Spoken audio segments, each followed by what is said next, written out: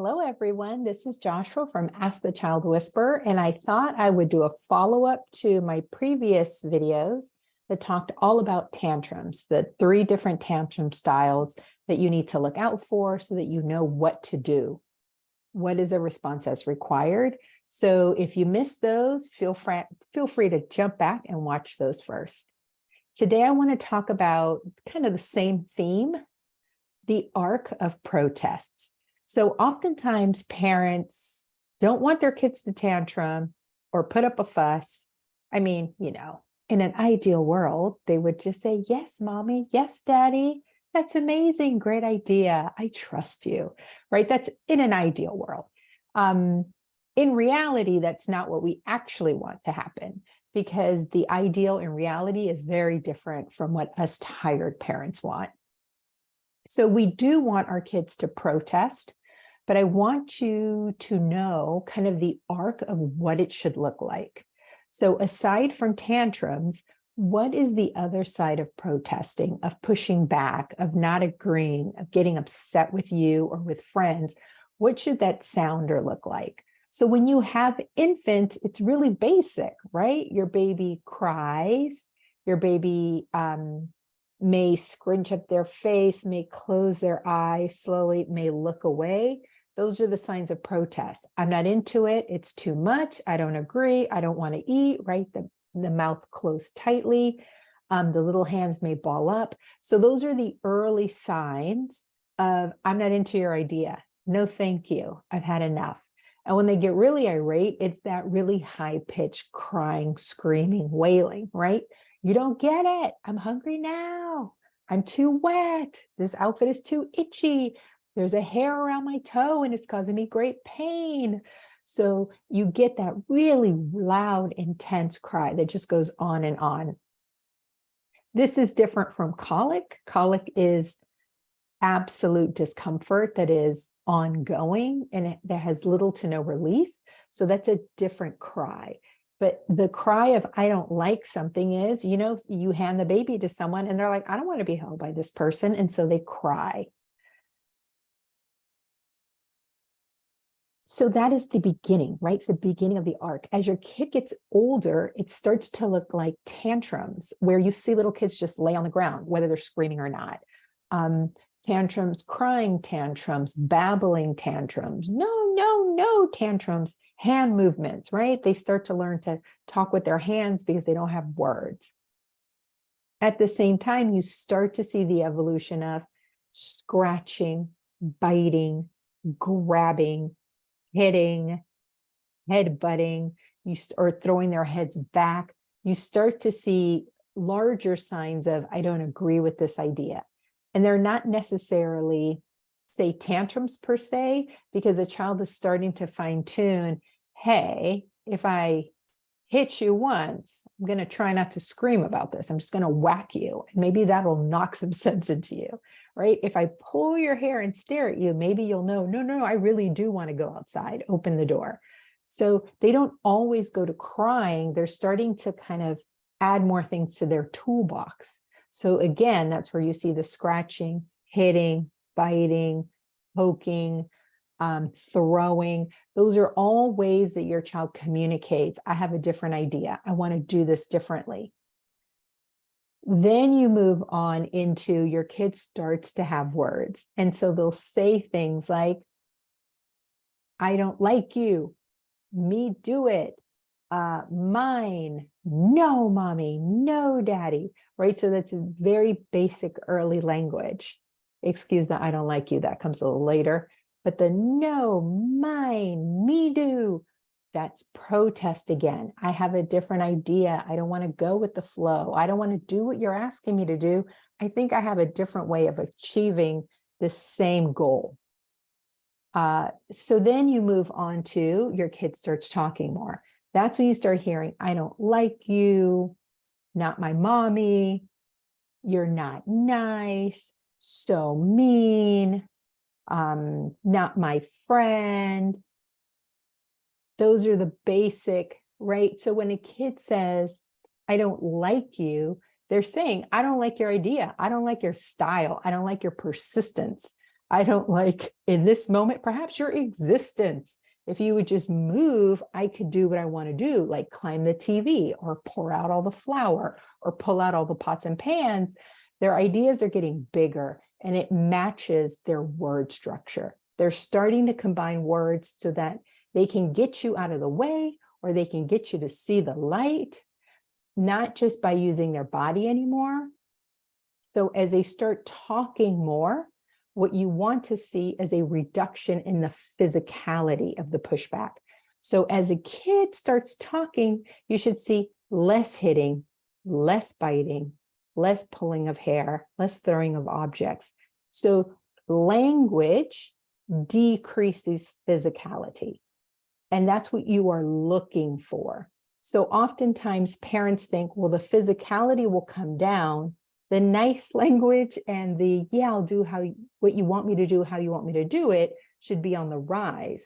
But it's not that. Your kid is still their person. They're still the same person taking in information and figuring out how to navigate the world at the rhythm that they want, doing the things that they like that speak to them as opposed to things that they didn't realize were options before. Now they realize there are more options than what you were offering. So as children get older, you start to around 2.5, very 3-ish, you should see a lot less physicality, a lot more verbal pushback. That's what we're looking for. That's the arc of protest. So continuing on with the arc, then you move on to, you are not my friend. I don't love you. You're not my best friend. You can't come to my birthday party. Then it begins to sting a little bit more intentionally, right? They'll start to figure out what is meaningful kind of in our little society and our little cultural group. And that's where I'm going to start denying you access to me. I won't have snack with you. I don't want to eat lunch with you. Don't sit next to me, because now they're bringing in more context. Whereas when they're little, they're so egocentric. They're just saying, I'm denying you me. I'm denying you access to this toy. It's very basic. It's the A and B connection. Well, as your child gets older, they start drawing in from the world around them. Oh, you really like that I sit next to you at dinner.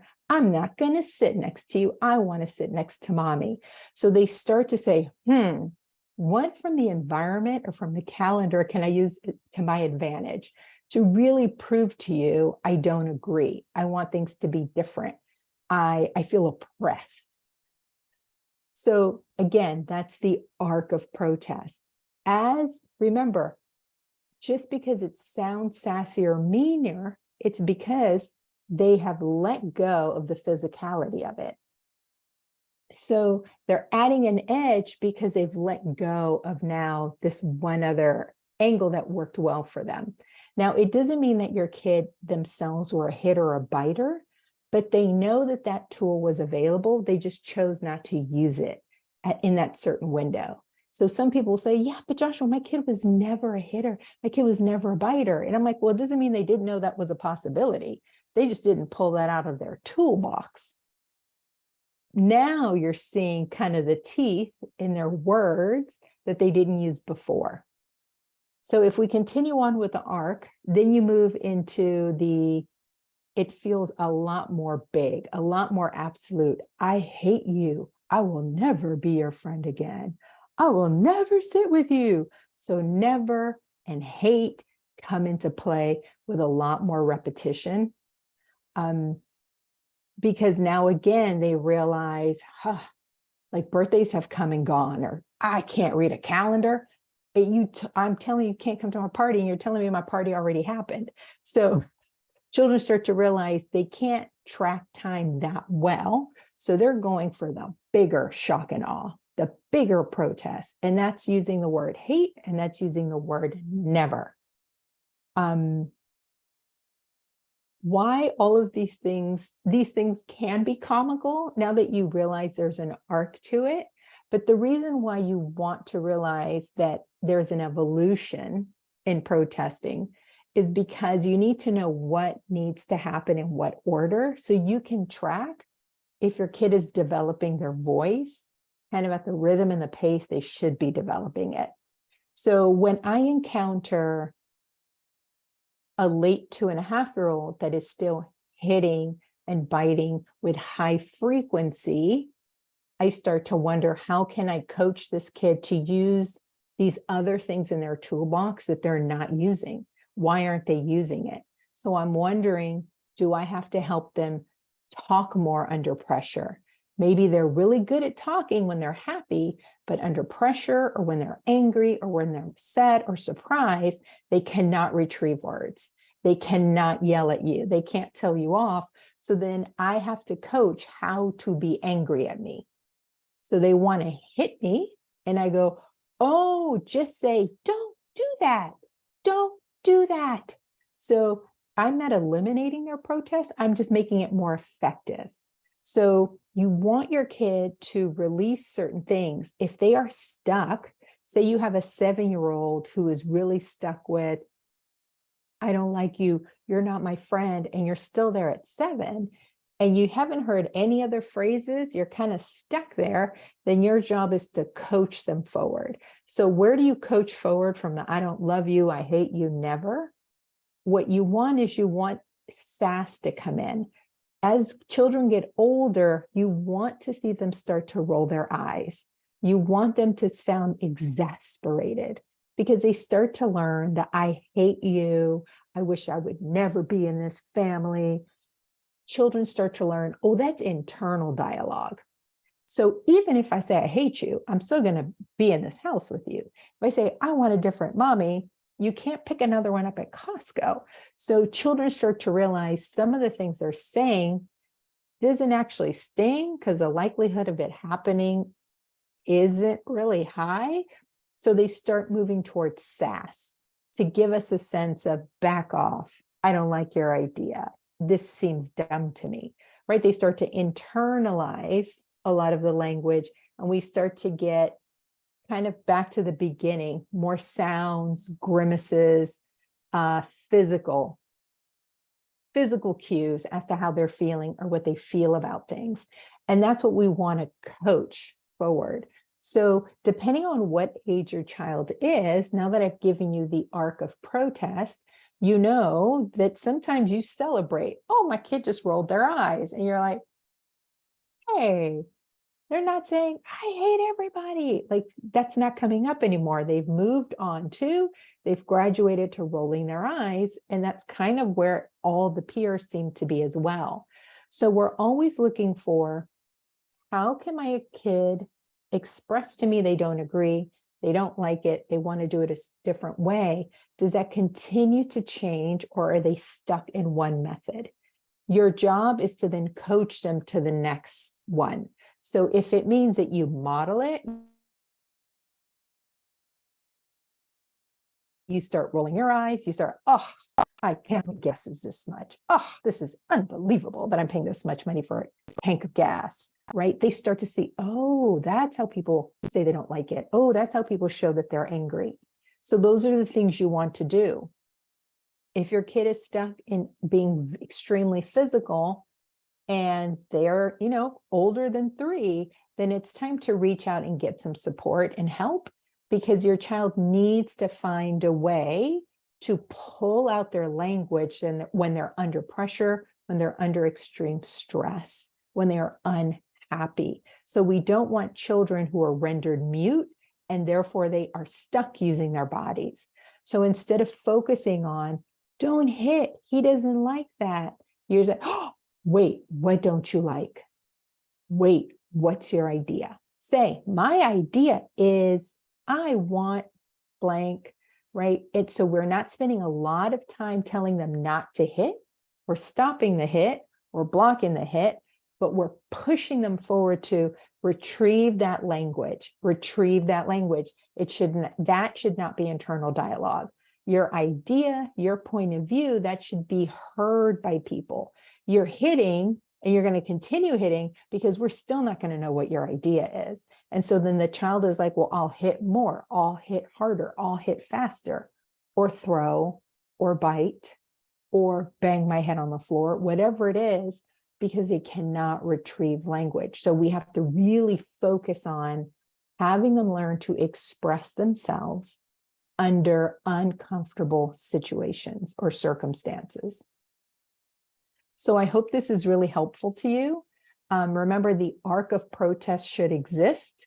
We're going from infant to sassy, and that's where we want to be. It's not about anyone being rude, disrespectful. It's your child learning to express their wants, their likes, establishing boundaries for themselves, having a voice, feeling very centered. Like, I have the right to say, I don't like this. I don't have to feel pressure to follow along and be a yes kid all the time. And so that's what we're coaching, because remember, our kid is only in our nest for a little bit. This is a person that will be a world citizen. So we're coaching them to be in the world. We're not coaching them to be in our house. I hope this is absolutely helpful. If you have any questions or if anything helped you, I would love to hear about it. Please feel free to send me an email at info@askthechildwhisperer.com. If you want to set up a private consult, I'd love to support you. Please send out an email again at info@askthechildwhisperer.com or send us a DM on Instagram. Have a great rest of the day, and I hope to see you again.